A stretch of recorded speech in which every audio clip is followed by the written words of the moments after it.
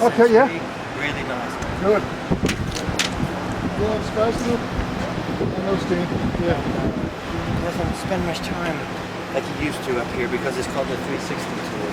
So he's running around back there. So I'm under the stage doing most of his sounds in this show.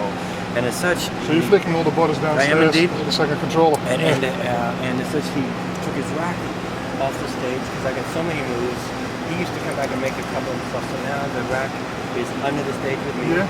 And because we have no roof, that's why you've got the flexi. I just did that one not too long ago, just to protect, because I've been using Visqueen in a lot of stagehands, but we had to get used to the sound of the reflection. Because it will probably compress the sound if you got it in the plastic. But the larger picture is they're protected.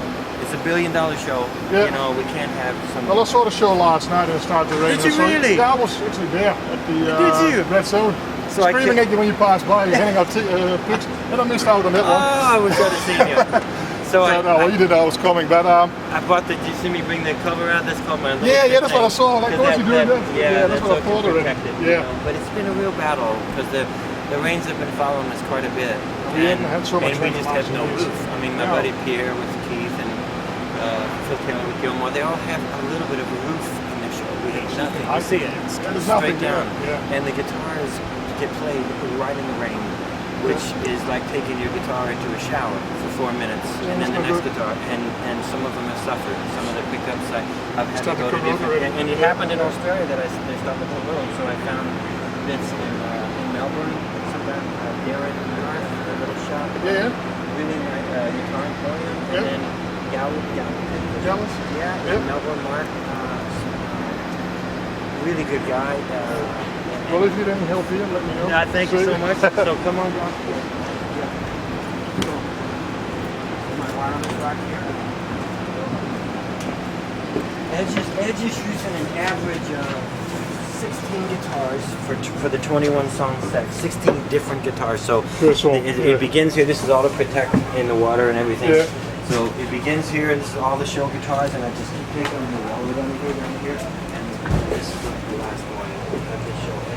And then all the spare guitars over there. So I have 43 guitars. And you restring them every day? Because you said on the phone that you have to restring all the guitars. And if even he the plays guitars one, that haven't been used? At soundcheck, if he plays one, restring it. Gee. Yeah.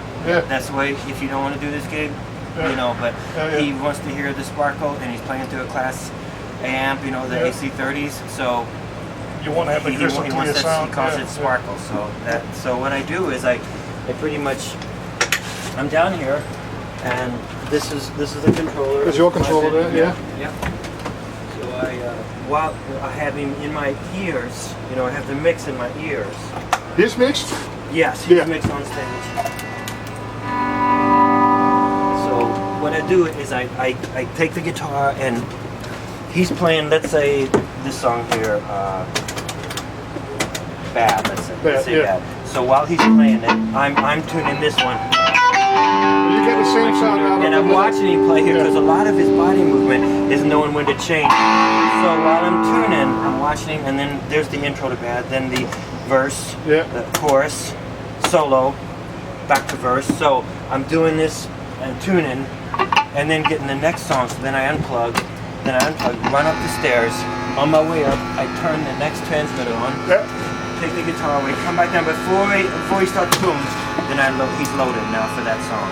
Now, if he decides to stay around, you know, around his controller, which he doesn't, then I can just focus on the tuning, you know, of the next guitar. That's why you got all the guitars ready. Yeah, they're totally ready. Rock ready. I live with my guitars all during the day. Some guys go to the bus or something with this many guitars. I stay right with them as they acclimate, and during the show, he doesn't even want a departure in tuning from down here, where even though I have fans and it's open, if Bono starts talking to the crowd, Edge will do a quick tune, and he doesn't want to see that it's gone sharp or whatever. So during the show, I put the next guitar up here to acclimate. Then I grab them and start tuning. It's pretty mad. It's pretty mad. Well, I saw the show last night. You're full on, because although I was on the other side, I was at the wrong side for me, at the bass side. I wish you'd been on this side. Yes, but that's how it goes with the tickets. He's a great guy. He is a great guitar player. He treats me with respect. He means a lot to me. He's my mate as well as my boss, and this is a tough gig. I mean, it just comes with the territory, because in between songs on the old SDs, I'll have to change manually, and then sometimes in a show, if he goes 2 or 3 up or down, that means I go to the TCs and I go up milliseconds. But you could do the TC automatically. Yeah, but no, if he's playing on a TC or this during the song, and Larry or whatever, he'll say 3 up quick. That means 3 milliseconds up. Don't store it.